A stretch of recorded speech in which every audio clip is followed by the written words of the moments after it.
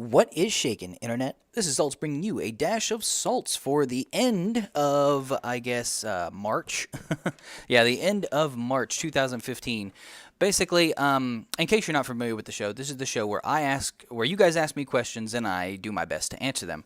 I try to do it every week. This week was a little bit busy and a little bit bad, so I'm going to apologize yet again. I'm basically doing it a week or maybe half a week ish late. So let's just go ahead and go over the details. Basically, you guys leave me questions in the comment section below, or you send a question to a.dash.of.salts@gmail.com. That's a dash of salts with periods in between at gmail.com. I do my best to answer them. I pick about 5 questions every week and I answer them. At the end of the month, everybody who asks a question gets put into a raffle, and I give away a $20 gift card. So if you'd like to get in on that $20 gift card, it can be anything you want. Basically, it can be Battle.net gift card, it can be a Steam gift card, it can be a League of Legends RP, anything that I can get for you in your region. Yeah, so if you want to get in, go ahead and leave that comment or leave that question in the comment section below, or send me a question at that email address. Okay, let's go ahead and jump right into it. This week is the last week for the month of March. I know it's like a week and a half late at this point, but we'll go ahead and give away the March winner. So the March winner is going to be announced at the end of this video. Additionally, I've been giving away video games. I have a long list of basically like indie games and just random games like that, and I've been saying that if I get 200 views on these videos, I will give them away.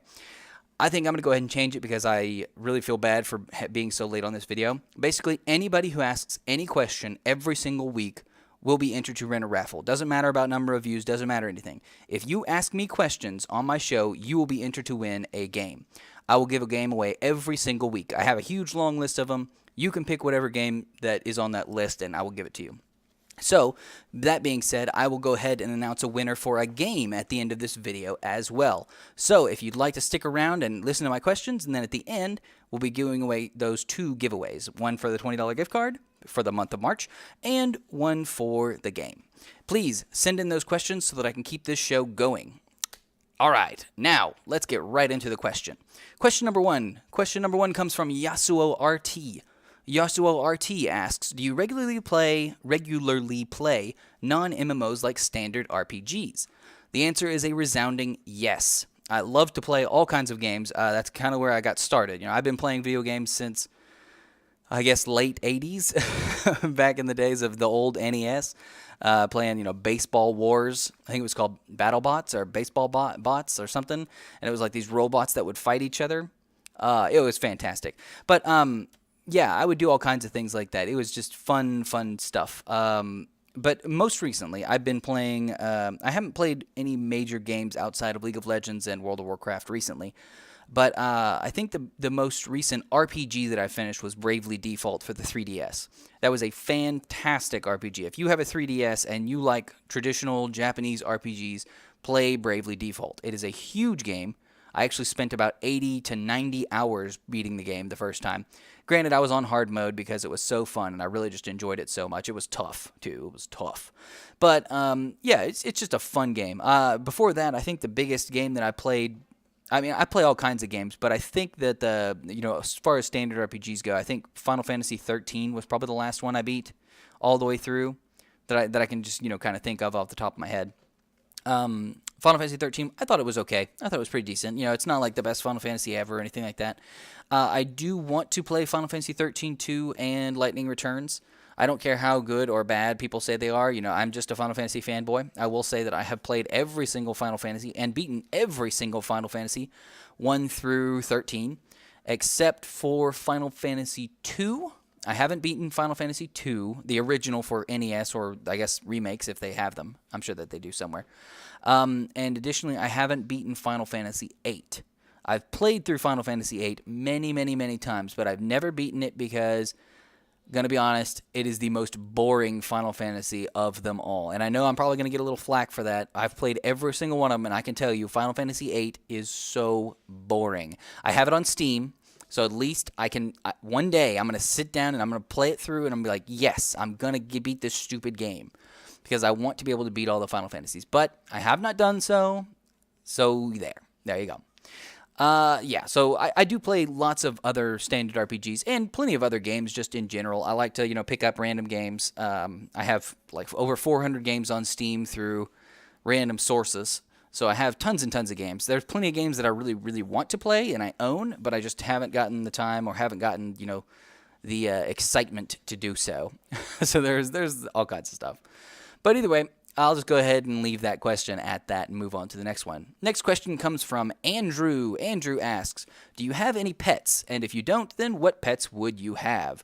So I'm going to answer the second question first. What pets would I have if I had pets? None. Now, to be completely honest, I do not hate animals. I'm not a hater of animals and want them all to die or anything like that. Like, that's not me. I don't hate animals. However, I don't like owning animals because I feel like it's a big responsibility. However, that being said, I have a lot of pets. I have a dog, I have 2 cats, I have 4 chickens. I used to have some fish, used to have a hamster. I have all kinds of stuff. I'm going to blame my wife on this. My wife is a huge animal person. She loves all kinds of animals. I mean, she's really into, that's why I have chickens. I would never have something like that. Like, this is a farm animal. Why do I need this? But regardless, yes, I have all kinds of animals. I have a dog. I have cats. I think my favorite of the animals that I do have are my cats. And that's because, again, back to the laziness. Cats are incredibly easy. Basically, you throw some food at them once every other day or every 3 days, and when they start meowing at you, then you feed them some more. They don't require any attention. I do have 2 cats, so they kind of maybe play with each other, so I don't have to play with them all the time. And then you scoot the litter box once a week or something like that. That's pretty much it. That's all cats require. And I've always had cats ever since I was young. So I think cats are probably my favorite animal, especially the ones of the general house animals that people have. Oh, I forgot. I have 2 rats. So I have cats, rats, dog, chickens, fish, hamsters, gerbils. It's a freaking menagerie at my house.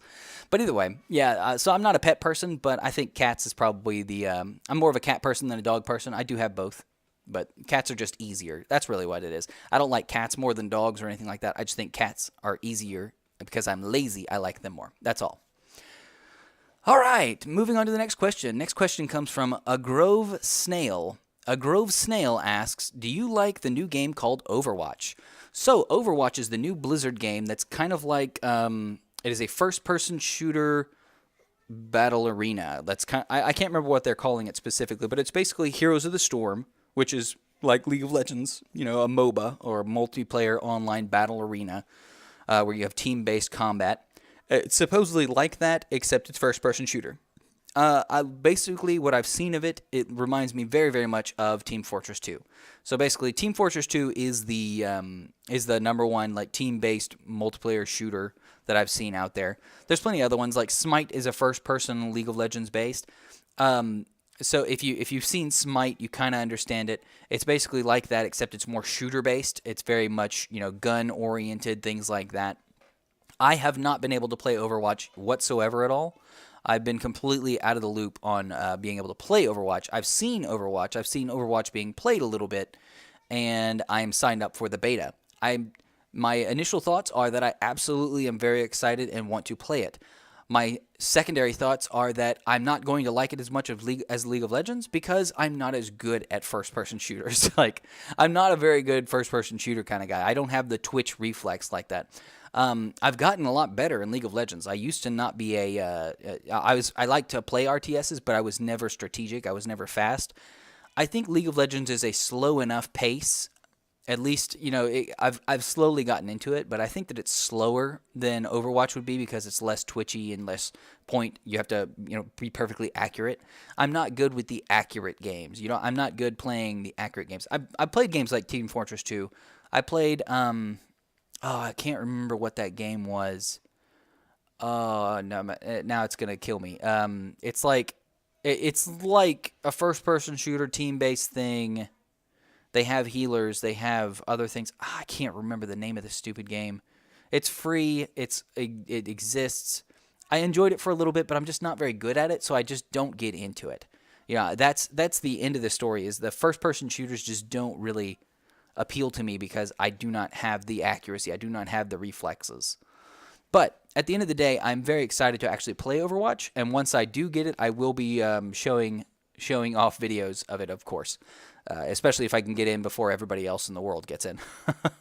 But right now, I think it's still in alpha or maybe early beta. So I'm not expecting to be able to play it anytime soon. But yeah, I like it and I want to play it. So there you go. All right, next question. Next question comes from Benefaces. Benefaces. That's totally not how you say it, but Benefaces asks, are the new LFR tanking guides in the pipeline? Obviously, if you've been watching my channel closely, you've noticed that I have been putting out Blackrock Foundry guides. I only have 2 out at the time of this video. I have 2 more, maybe 3 more scripted at this point, and I need to start doing the videos. Basically, I have to. So my recording process is I have to record the video, I have to script the video, I have to record me going over me talking on my script, then I have to put them all together and render the video all together. Most of the time actually gets spent on the rendering of it, but right now I am actually really behind on just recording the video.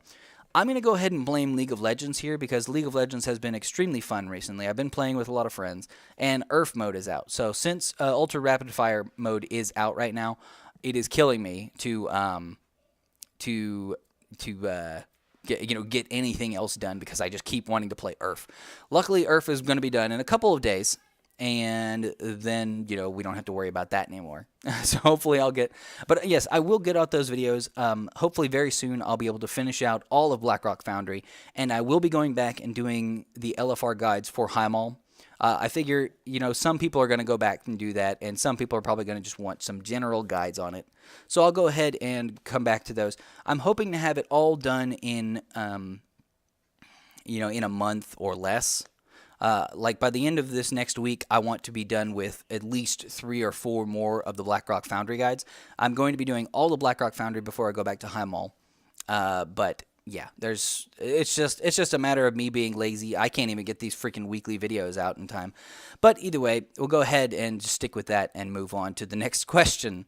The next question comes from Graggy Ice. Graggy Ice 32, very nice. Graggy Ice 32 asks, who is the most OP champ in URF?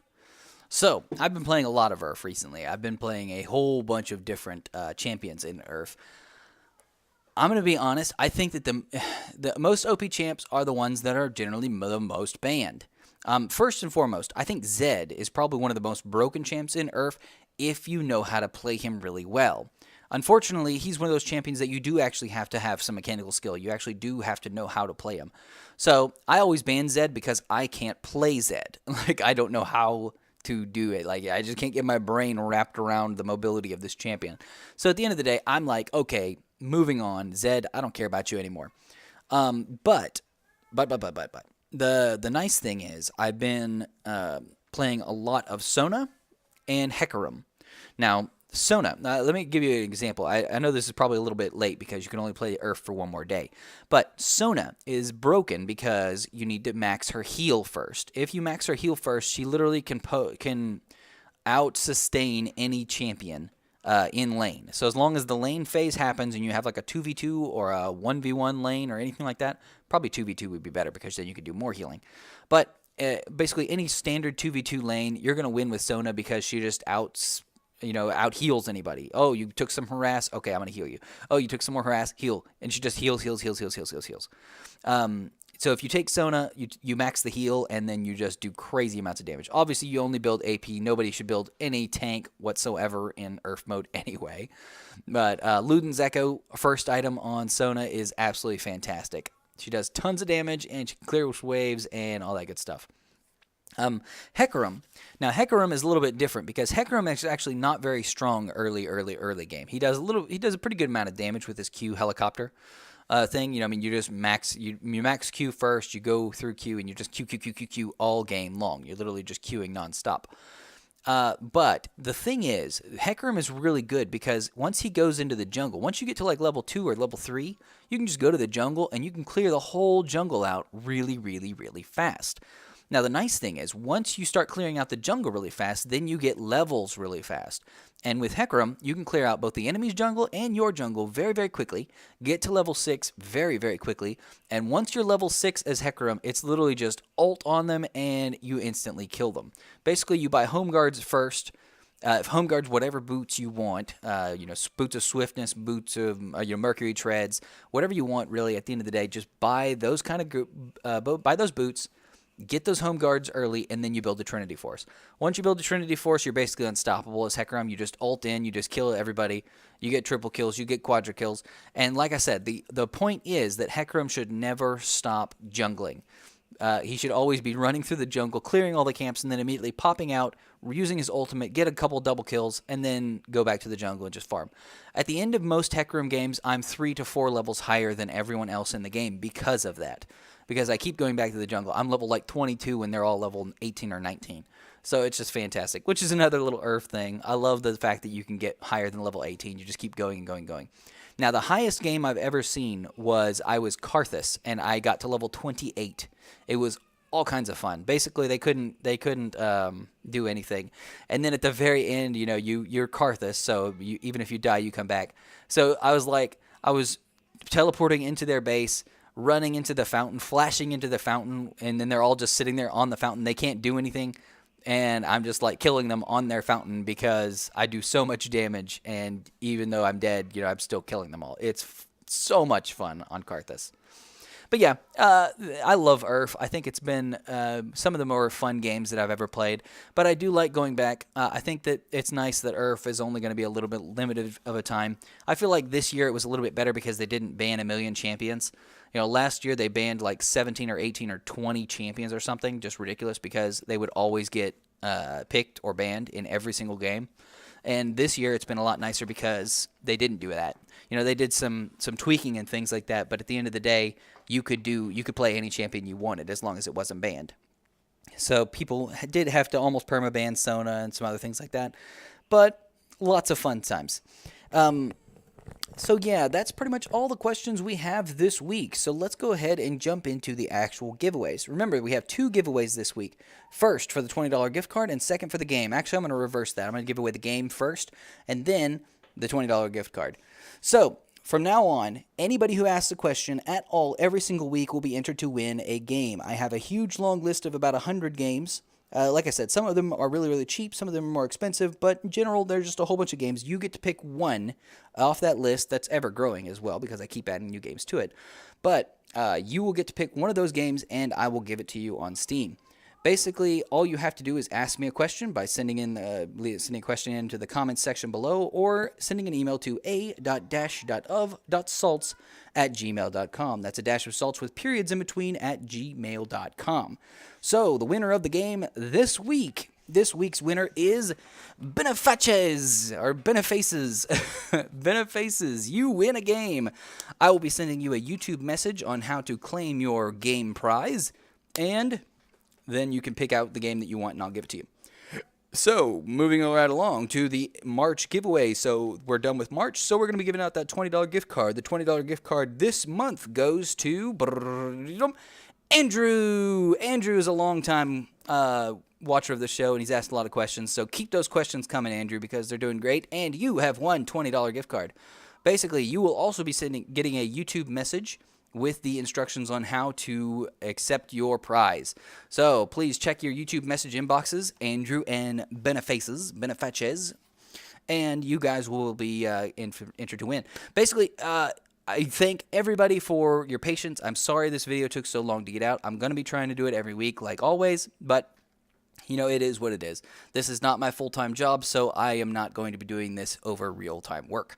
Now, please send in those questions so that we can get some more questions next week. Next week starts a brand new month, so if you want to get those questions in and get early access to those stuff, great for it. Remember, I will be giving away another game to whoever asks some questions. So please ask those questions so you can win a game and eventually win some $20 gift cards. Thanks, everybody, for watching. So please like, favorite, share, subscribe, all that jazz. And, as always, you keep it salty, Internet.